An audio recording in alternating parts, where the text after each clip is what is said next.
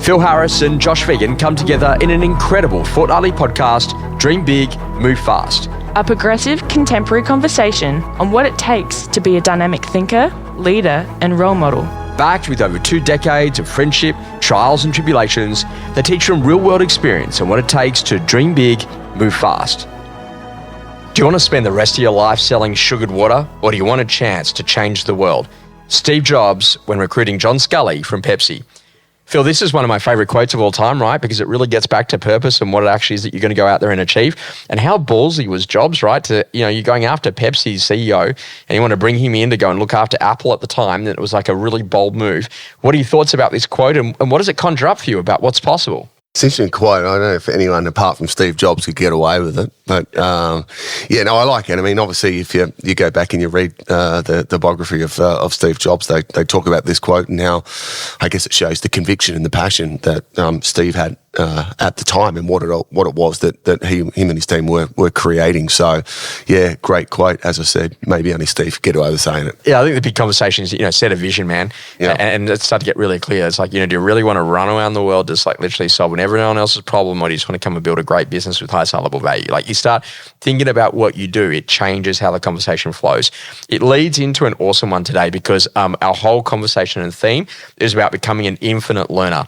And that's just, I know that this is actually an area that both of us have attempted to excel in and something that has given us an incredible amount of opportunity and experiences and in very rich lives because we've made that decision to go and do it. And I think that we're going to start maybe with that Satya Nadella conversation around learn it all versus know it all.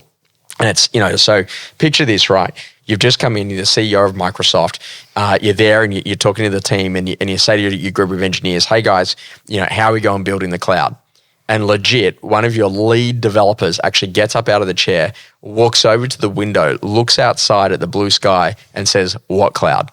Not realizing that Amazon.com have literally got 220,000 engineers down the road building literally the Amazon cloud, which actually means that now over 60% of the internet traffic in the world goes through an Amazon.com server. And yet Microsoft was one of the biggest in networks, and you might remember this in the old real estate offices, where they actually had their own servers in every office. And the concept that you're going to have like Windows NT or whatever running a server in your office, as opposed to actually having it in the cloud as a part of that conversation. How could you have missed such an opportunity? And Satya Nadella said it was at that point that I realized that the culture that I'd worked in to take over as the CEO, that I'd walked into a group of people that were a bunch of know-it-alls as opposed to a group of learn-it-alls. And we want to start thinking about it. And sometimes this conversation gets really brutal. Phil, I'm going to say this to you. Literally, know-it-alls are not welcome here. Wow. So let's go with that and see what are some of your thoughts about this and how this relates to infinite learning. Yeah, well, it's interesting. I have a massive passion for learning. I'd almost describe it as my it's my hobby almost. Like that for me it's fun to learn.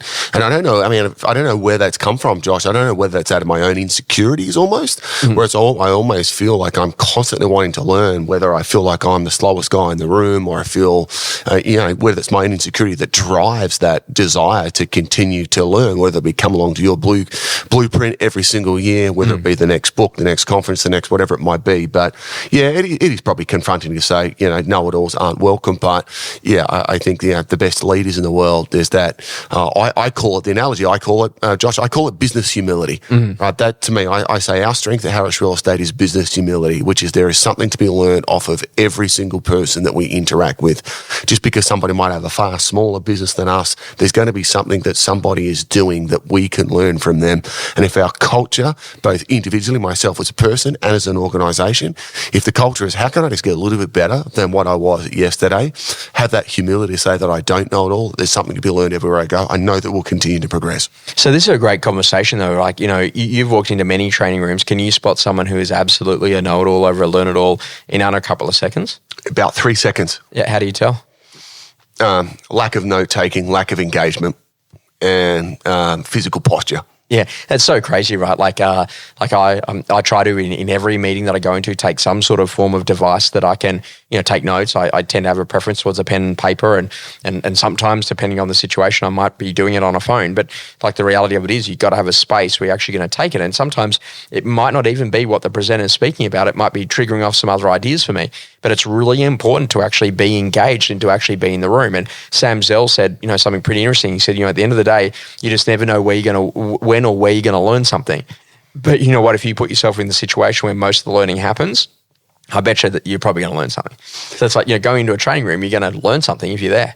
And I think it's got to be a passion though. Like, it doesn't matter what it is. Like, if you're continually crafting towards getting a little bit better, but the downside is this, Josh, staying neutral isn't keeping up with what's going on. If you're just staying at the same skill set in every single level, by default, you're going backwards because the rest of the pack is moving forward. Mm-hmm. So this is an interesting question. Phil, when you finished school, did they teach you everything you need to know? Yeah.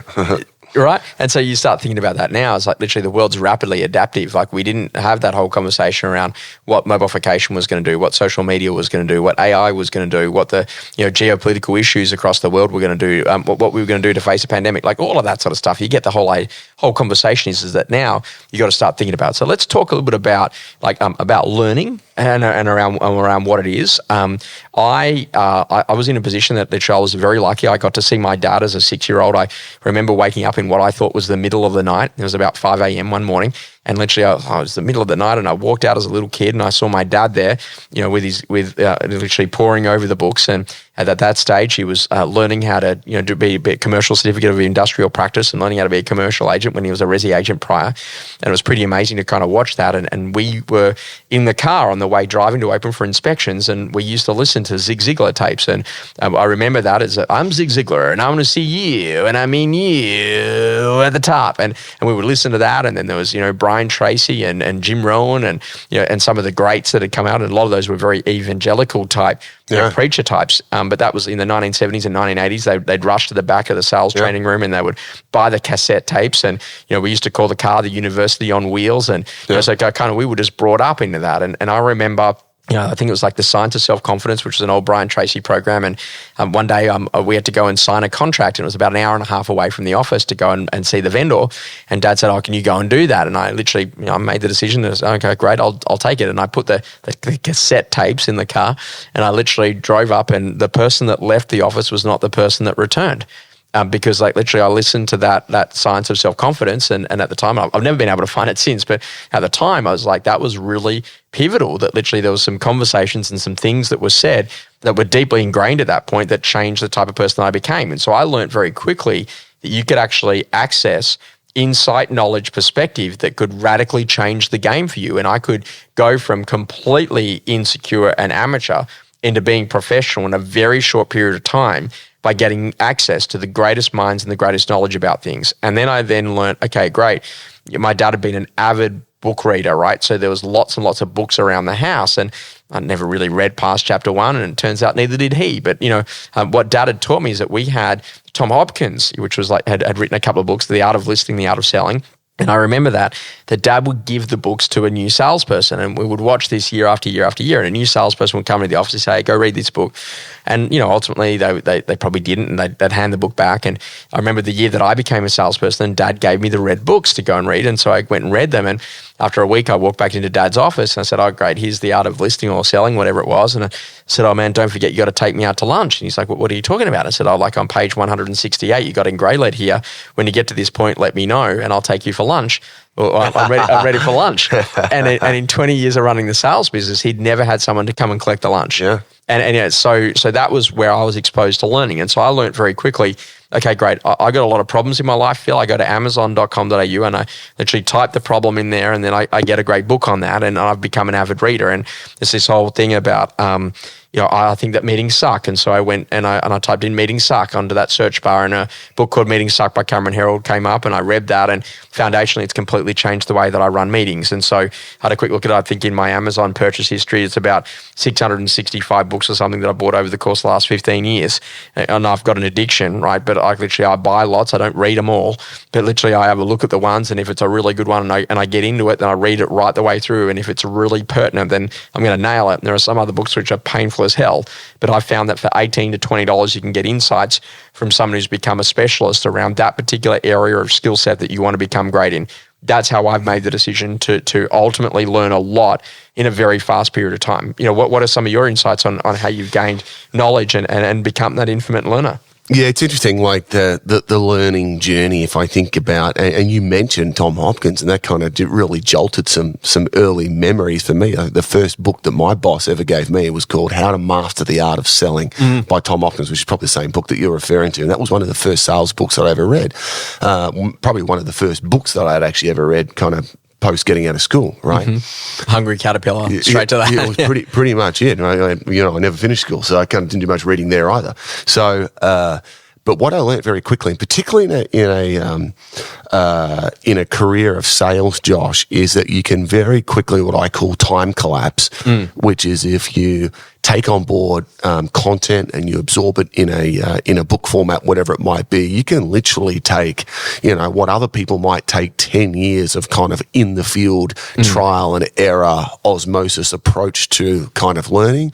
You can time collapse that, and very quickly in a 6 or 12 month period, you can become very, very successful in sales. And I know that from my own experience, Josh, when, my first 6 months in selling houses, I listed and sold one property my first 6 months. My following 12 months after that, when I became obsessed with education, all right, you and I crossed paths not that much longer after that.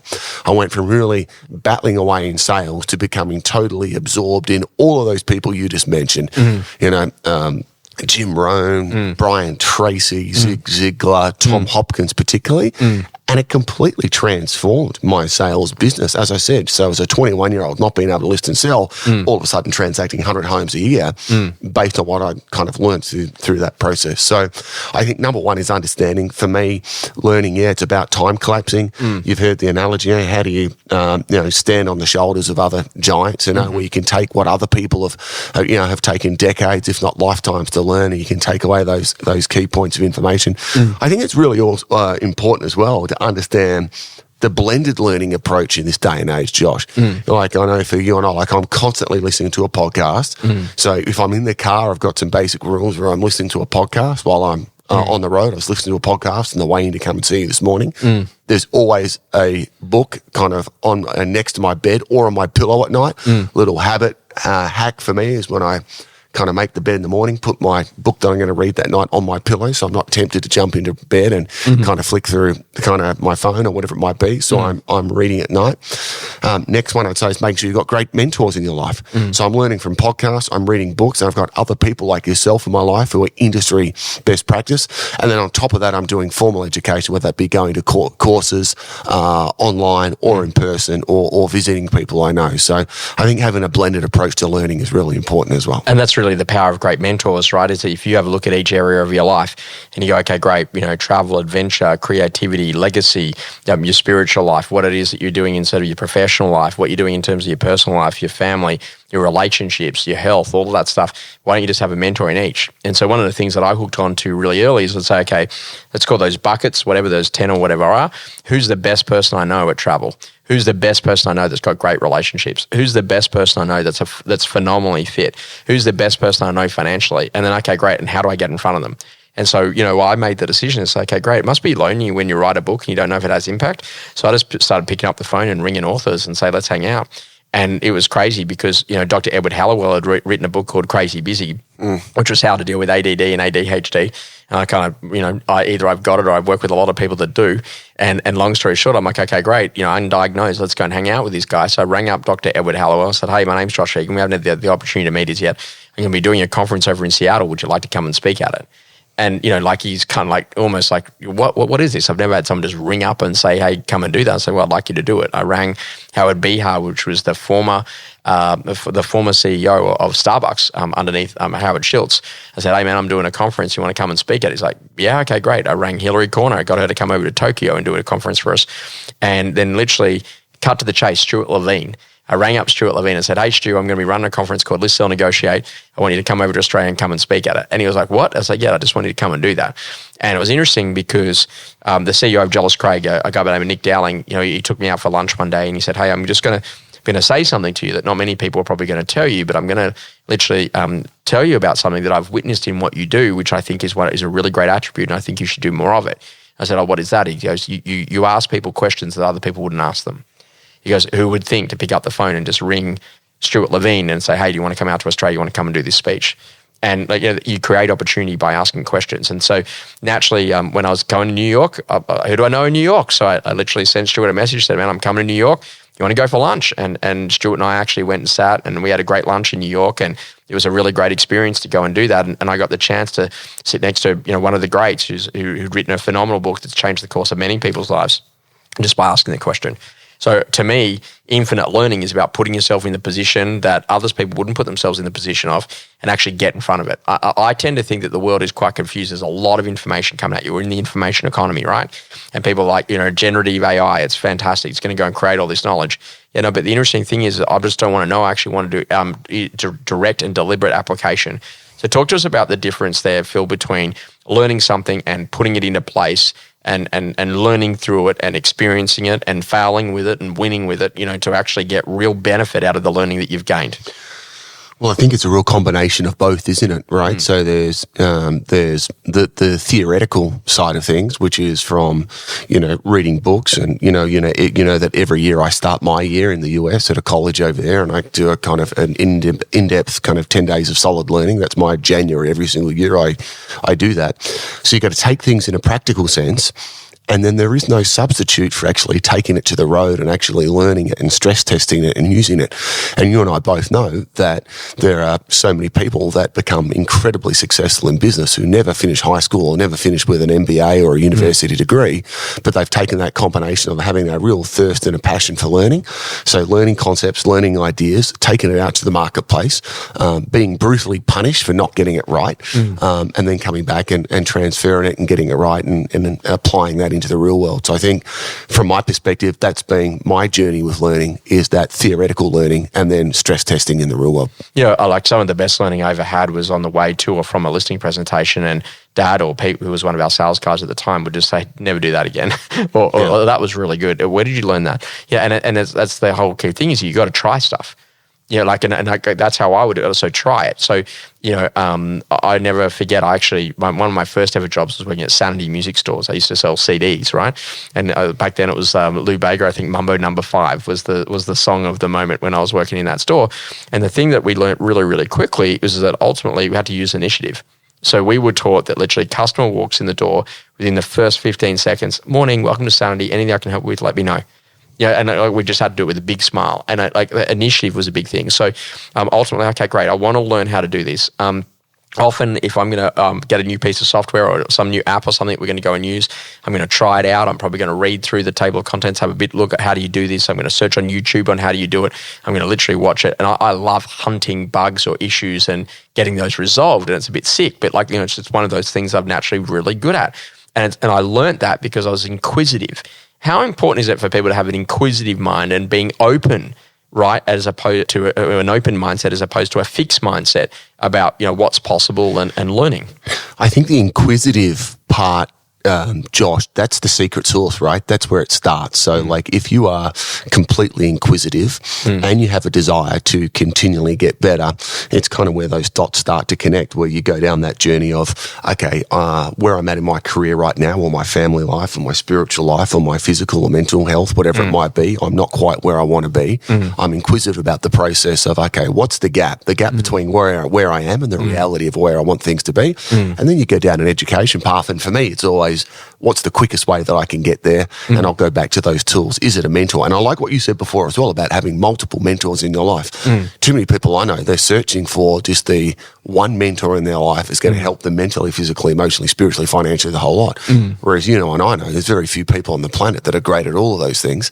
So start thinking about having multiple mentors in your life. Who are the people that actually nail certain areas?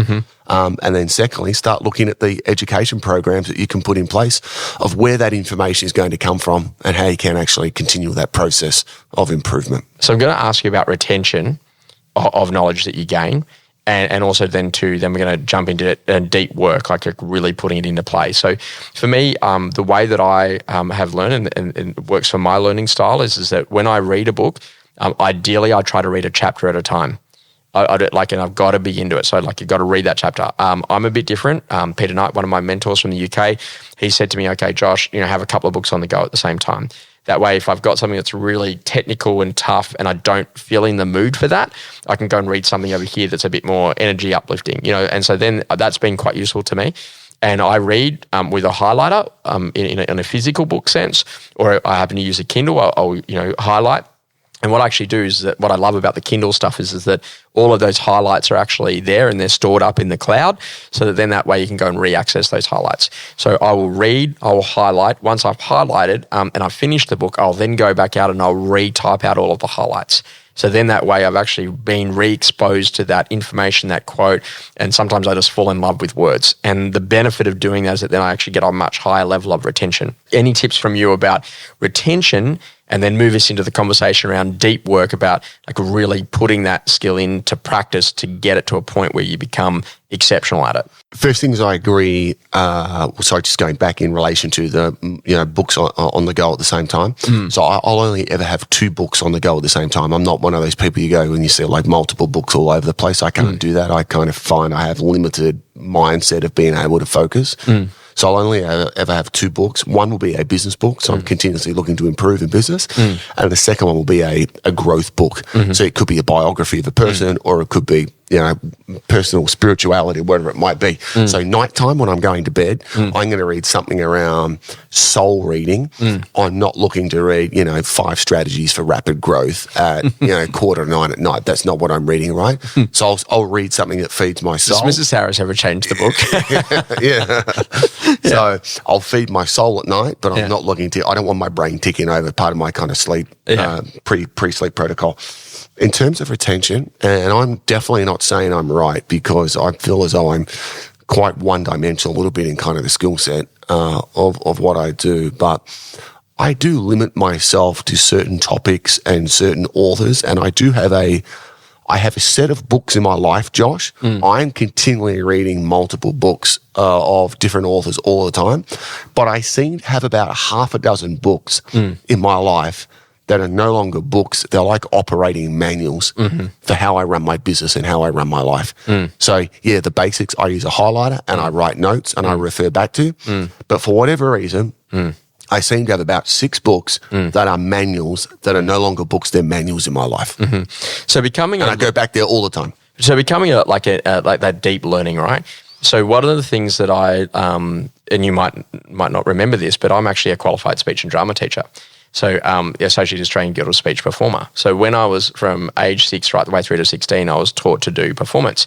So Shakespeare and whatever. And it was kind of interesting because in the early days we had to learn pages of prose. So you have to go and, recite this. And so it was a great memory technique. And so in the early days, I would be in a position that literally I'd get the homework on Saturday and I'd start on Sunday to learn it and learn it and learn it and learn it and learn it. So then the following Saturday morning, I could walk in and I could, recite it, with 100% confidence and competence with my speech and drama teacher. And, Jane Skinner's probably horrified if she knows this now, but in the final years of getting that done, I would read over the piece that I had to learn on the Friday night for the first time. And then I'd walk in on Saturday morning and with 1 or 2 words, I'd be able to recite 1 or 2 prompts from her. I could recite the entire thing and I'd walk out of that class at 8 a.m. that morning and forget the entire thing after that. But I'd learnt very quickly how to do it. And so I'd trained my brain to get to this point of the ability to be able to remember things in a really important way. But in terms of deep work, what I then learned, okay, you and I, we did a lot of practice around listing presentations and, that was a really foundational piece because I learned to learn in modules. So, okay, great. So I'm going to have an opener. I'm going to have a situation about your situation. I'm going to have a bit about selecting an agent, method of sale, marketing, pricing, summary, next steps. So there's maybe 7 modules as an example. Each of them are going to be a maximum of 3 minutes each. There's going to be maybe 3 questions, maybe a trial close. Learn the 3 questions in a trial close.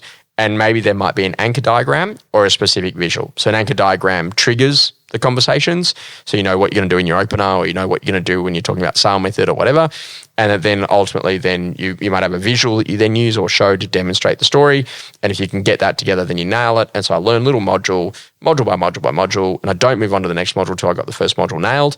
And once I've got that with a series of diagrams or a series of visuals, then I can become a phenomenal lister. And I have now been able to take people from zero to hero in their listing presentation in under 30 days to get them to be able to shake one of the best agents in their area. Not necessarily win, but definitely be in with a chance, right? In being able to teach that as a teachable process. You've done a lot of that of like breaking down to getting it teachable. What have you learned in the way that learners have best absorbed that sort of information from you to see them go from zero to hero in your own approach? Really like what you said there about kind of breaking it down. I think one of my skill sets, Josh, has been my ability to maybe break down complex issues in the real estate industry into simple learning techniques for people. And I agree with what you've said. I think you need to take a topic, like as we said, like listing presentations. And one of the way it was explained to me going back many years ago, this is back in the days of CD before we now talk about podcast and our iPhones and all those sorts of things, is think about, if you're trying to learn something, think about it as being tracks on a CD. So you've got a CD, which is your favourite playlist, and if there are 12 songs on that playlist, think about a listing presentation and break it down into 12 tracks, right? And then don't try and learn a concept in its entirety. Just learn track number 1 at a time, learn track number 2 and so on. And the next time you walk into a lounge room, you won't need to play all 12 tracks, but you might need to restack the order, and then alternatively, not just restack the order, but you might only need to use track 1, 3, 5 and 7 will actually get the job done. And so if you can start to think about your learning of breaking it down into appropriate chunks, it's a great way to actually skill up very, very quickly. You know, my piano teacher, when I was like 4, I didn't really make it in piano. I kind of got ousted at like by age 5. And they were like, he goes, man, why do you always stop when you make a mistake? I'm like, because I made a mistake. He goes, no, the secret to life, when you make a mistake, just keep going because no one will notice, and just put it down to art. And I've never, and I see that a lot in like if someone's trying to do a listing. Oh no, sorry, I got that word wrong. Just keep going. No one's going to notice, because what you want to do is you want to get the conversational flow. Phil, I'm a big believer that vulnerability teaches you a lot, and being vulnerable. Like, you know, I actually have some blind spots. There's some things that you're just not seeing, that I'm not seeing, that I should be aware of, and that's really good to ask people. And then the final thing beyond vulnerability is then actually being in a position that you start thinking very differently about, you know, what you're doing, because losses teach you more than wins. How many times have you shot me that Michael Jordan quote about I've taken 9,000 shots? You haven't said that to me recently, but in the early days, we would learn a lot more by the losses than we would the wins, right? Yeah, it doesn't make it any more pleasant, Josh. I'd much rather be on the winning side. But yeah, no, I think that if I look back, you know, over our 13 years of Harris Real Estate, some of the mistakes that we made, you know, particularly in the early years, has enabled us to scale on the back half of our journey far quicker because of that. But, well, I mean, you've heard this, obviously the saying, Josh, which is we fail forward, which is, you know, it's okay to make mistakes, but you need to learn from them and not make them again, because that's when it is a genuine failure. And now we move to our principle. It's okay to be financially successful. So, Phil, I wanted to have this conversation. I think this is a good one about, as a principle, about it's okay to be financially successful. Where do people actually learn their financial acumen and about money and all of those things? They probably learn it from their parents. And it definitely doesn't come through the school or the education system from that perspective. And I kind of feel that, like, you know, sometimes people are like, oh, I don't want that, or, you know, I don't, they shy away from the financial side, or I don't want to talk about GCI and all of those things. And I'm not that much interested in the $1 million writer who has nothing to show for it, when in fact I could have a $300,000 writer who's got a couple $100,000 in their savings account, or has bought a property. And so, like, I think like there's a bit of a demonization about, we're not allowed to talk about GCI in the industry. We're not allowed to talk about, you know, people being financially successful. We're not allowed to talk about, you know, buying some assets and being wealthy.